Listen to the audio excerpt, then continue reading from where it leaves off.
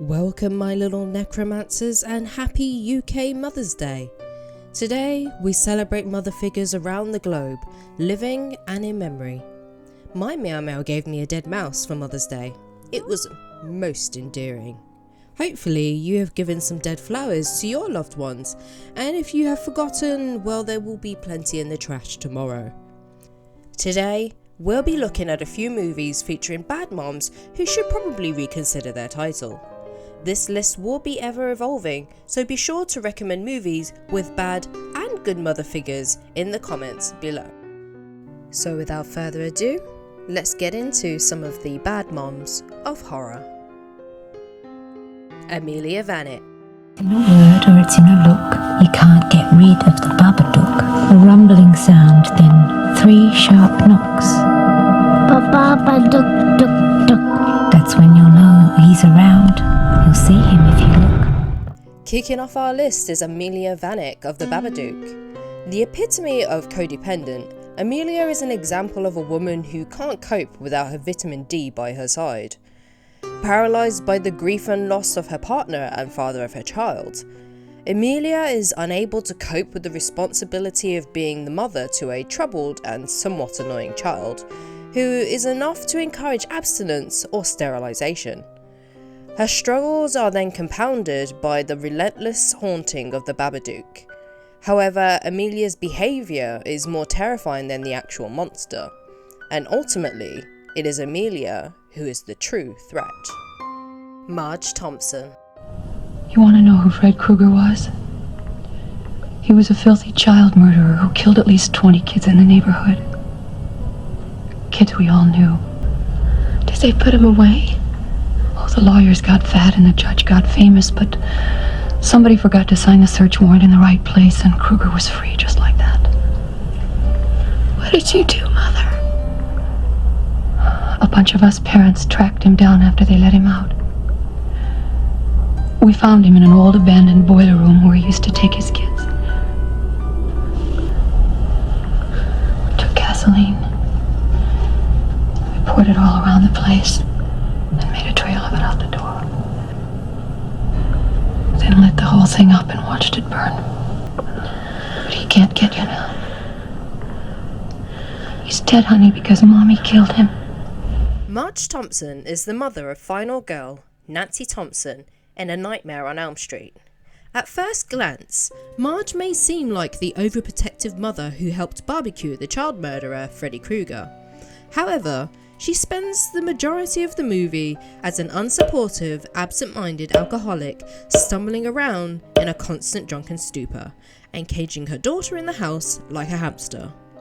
I like a drink as much as anyone else, but Marge, that vodka is not going to help the fact that you neglect your child and you flambéed the school janitor like a burger on the Barbie. Girl, bye.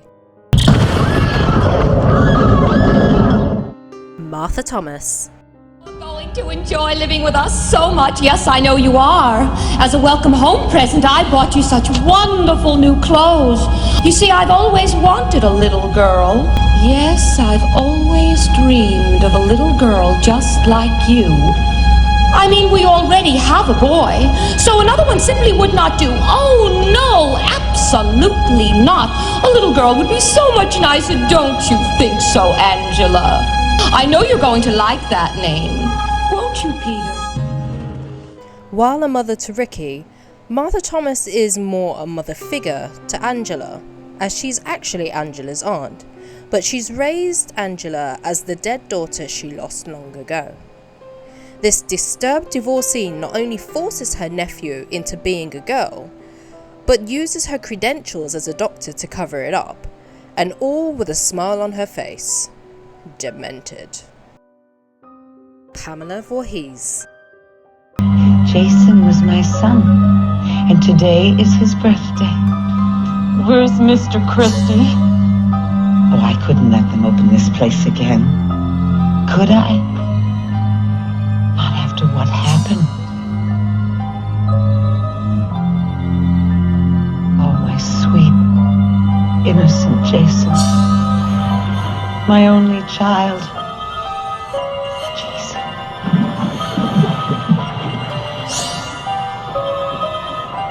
You let him drown.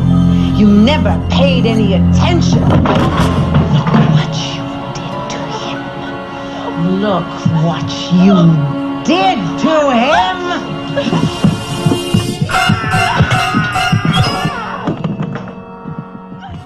Mother of the hockey-masked, machete-wielding serial psycho, Pamela Voorhees shows that crazy is in fact genetic. Pushed over the edge by tragedy, Pamela becomes the original Camp Crystal Lake murderer. As she enacts vicious retribution looking for justice, she brings a reign of terror under the guise of grief and self-righteousness. Annie Graham. Don't you swear at me, you little shit! Don't you ever raise your voice at me! I am your mother! Do you understand? All I do is worry and slave and defend you, and all I get back is that fucking face on your face! As the matriarch of the family, Annie is going through it. Her mother died, her daughter Charlie was decapitated, and her son hates her. I wouldn't necessarily say she's a bad mom, more emotionally inept. And for a family that already seems to be walking on eggshells, the death of Charlie shatters what little structural integrity is left. Consumed by unbridled grief, Annie's anger leaks onto her husband and son until she becomes numb, leaving her family open to the ill intents of her mother's cult. Margaret White. I should have killed myself when he put it in me. I'll smell the whiskey on his breath. And he took me. He took me. With the stink of the roadhouse whiskey on his breath. And I liked it. I liked it. I should have given you to God when you were born. And I was weak and backsliding. Of all the mothers here, the real monster is Margaret White. In a movie full of pig's blood, telekinetic destruction, and mass murder, the scariest thing in this entire movie is definitely Carrie White's mother. Dishing out cruel punishment and her application of strict religious fanaticism and delusions, her abuse and Carrie's bullying culminate in much more than just a blood-soaked dress. What an overbearing mother. So that concludes our first list of bad mothers in horror. What are your thoughts? Do you have any recommendations for our next list? List them down below in the comment section. But until then, I'll see you all next time. Bye.